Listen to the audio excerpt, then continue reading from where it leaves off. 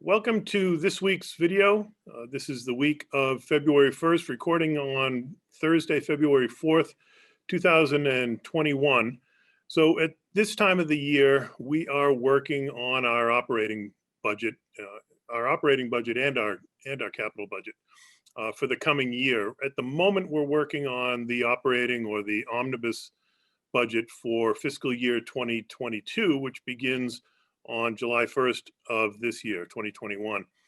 And on Saturday, February 6th, the Board of Selectmen and the Finance Committee will be meeting in a joint session with department heads and the finance team to talk about the development of the budget. So I'll talk a little bit more about that in a few minutes. But I wanted to get a little bit deeper dive into the fiscal year 2022 operating budget. And so I'm joined today by Chief Operating Officer and Town Accountant, Sarah Wood. Welcome, Sarah. Thanks for joining me today. Thanks, Andy, for having me here. So as it stands right now, Sarah, fiscal 22, the fiscal 22 operating budget is just shy of $40 million. So how does that compare with fiscal 21, the year that we're in currently? Sure. It's up about $2.3 million over this current year's budget. The majority of that, however, is about $1 million in expected debt service expenses for the hopeful municipal complex project passing at the ballot, hopefully this year. If it doesn't pass, that'll get removed out of the budget.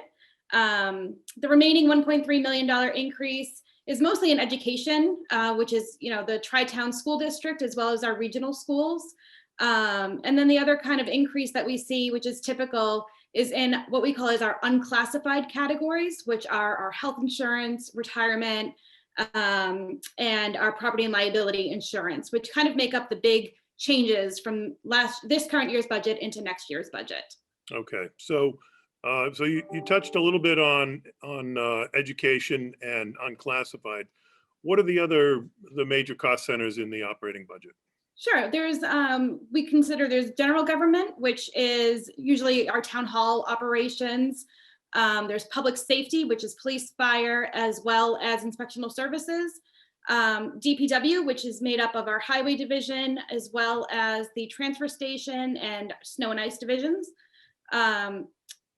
Health and Human Services, which is our Board of Health, is the main category there. Then there's also Culture and Recreation, which is the final major category, which is our library recreation program and some smaller categories. And then debt service is the final major category that we have. Okay, right. So somehow we have to pay for all that. So can you talk a little bit about the revenue side of things and where the money comes from? Sure. The majority of revenue is from real estate and personal property taxes. That makes up roughly 83% of our revenue. The remaining is from state aid, which at this point is kind of an unknown number. We have a general governor's budget that we go off of at this time of year, but it really doesn't get finalized till July for the most part.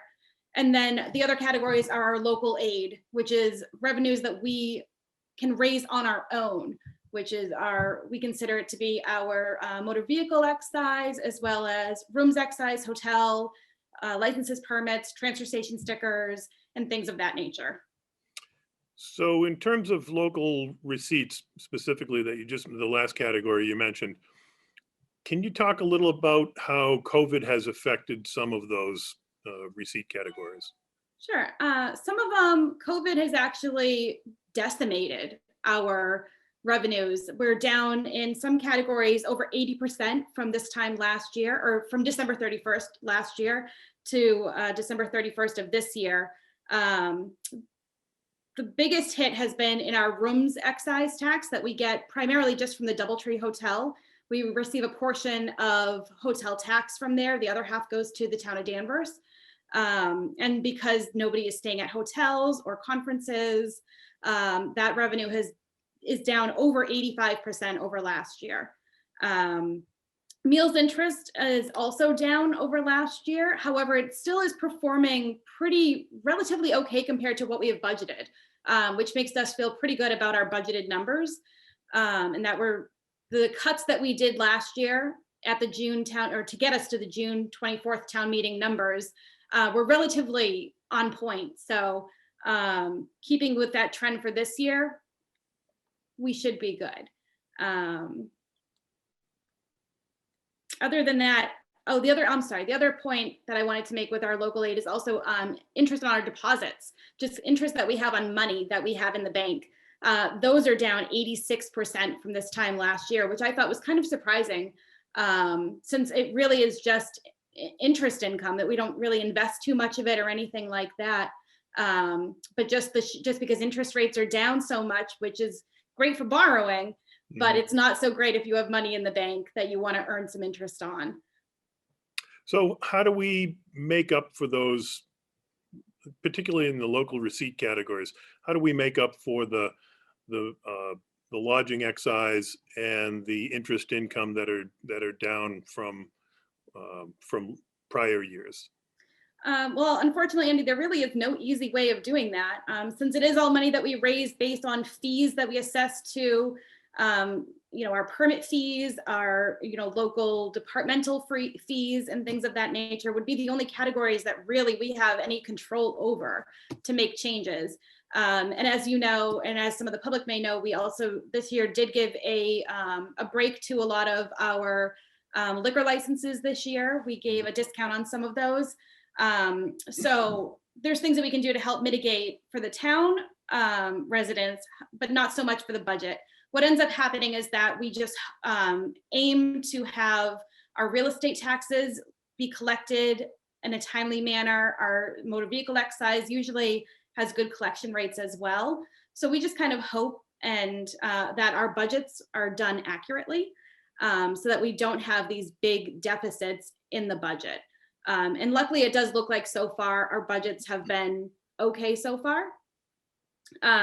We of course always check as the year progresses to make sure that we're still on point with that. But if towards the end of the year, if we still have a gap where our revenues don't look like they're going to meet our budgeted needs, there's ways of filling that gap via stabilization transfers or other departmental transfers like that. So so I guess the long and short of it is that where revenue is lagging, we have to figure it out on the expenditure side, which we're doing as we look forward to fiscal 22 with level services budgets and smaller COLAs than we've done in years past too. Yeah, there's no magic number on the revenue side other than trying to keep your expenditures down as much as you can. Of course, on the expenditure side, there are some things that you just have no control over, where contractual services that you are obligated to pay, and those fees are just increasing. Sure. But for the most part, as you said, we are trying to keep things level funded as much as possible for FY22, where it's just so unknown with the revenue numbers. We don't know if meals and rooms are going to come back for 22. It all just kind of depends on how much longer we're in this pandemic. Mm-hmm. So you talked a little bit about the look ahead towards the end of the fiscal year.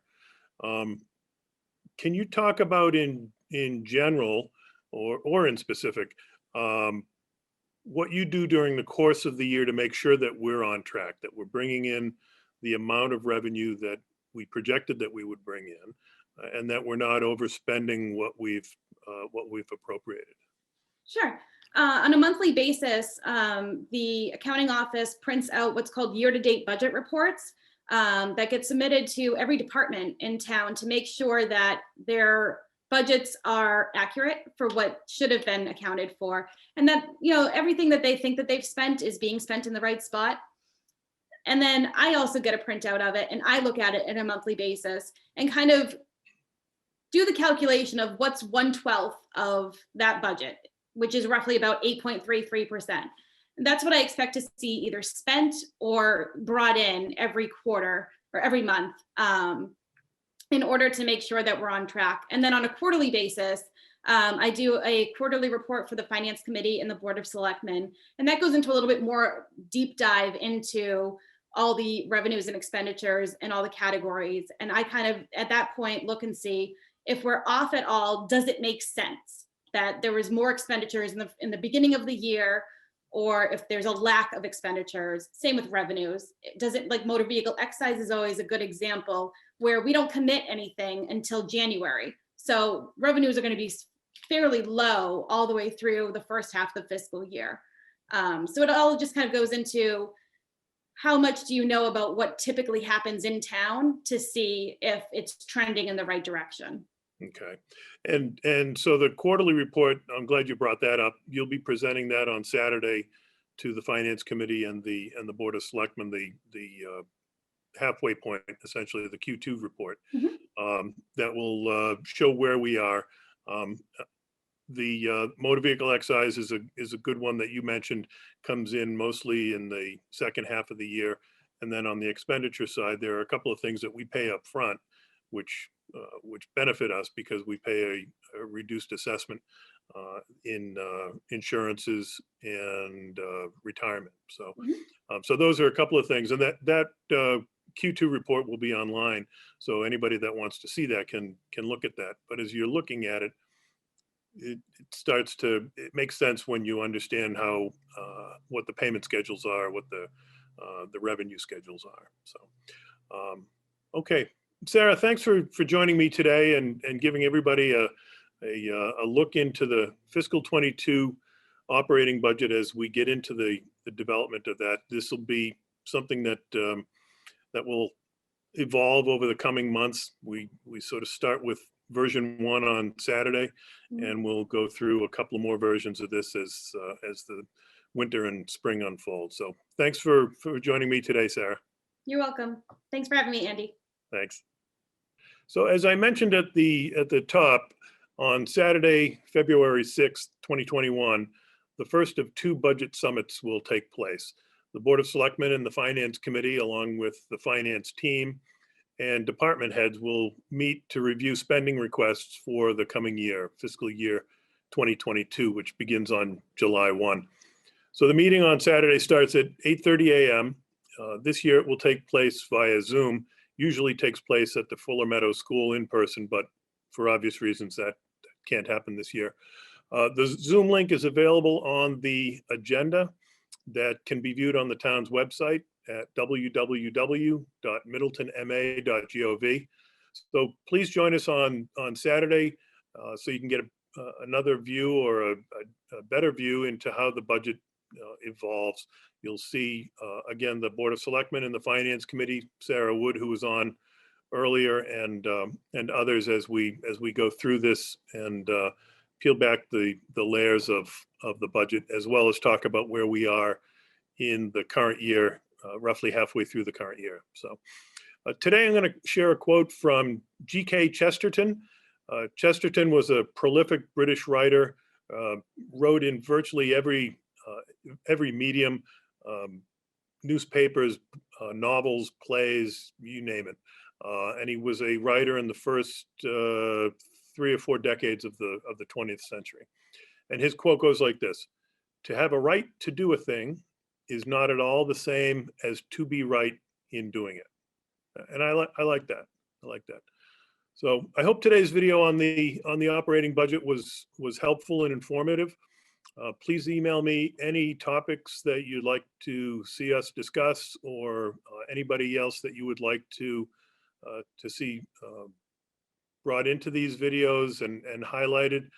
You can email me at andrew.sheehan@middletonma.gov. Thanks, as always, to Paul Pellicelli and Adam Stone from Middleton Public Access for recording and producing these videos. And thanks for watching. And until next time, be safe and be well.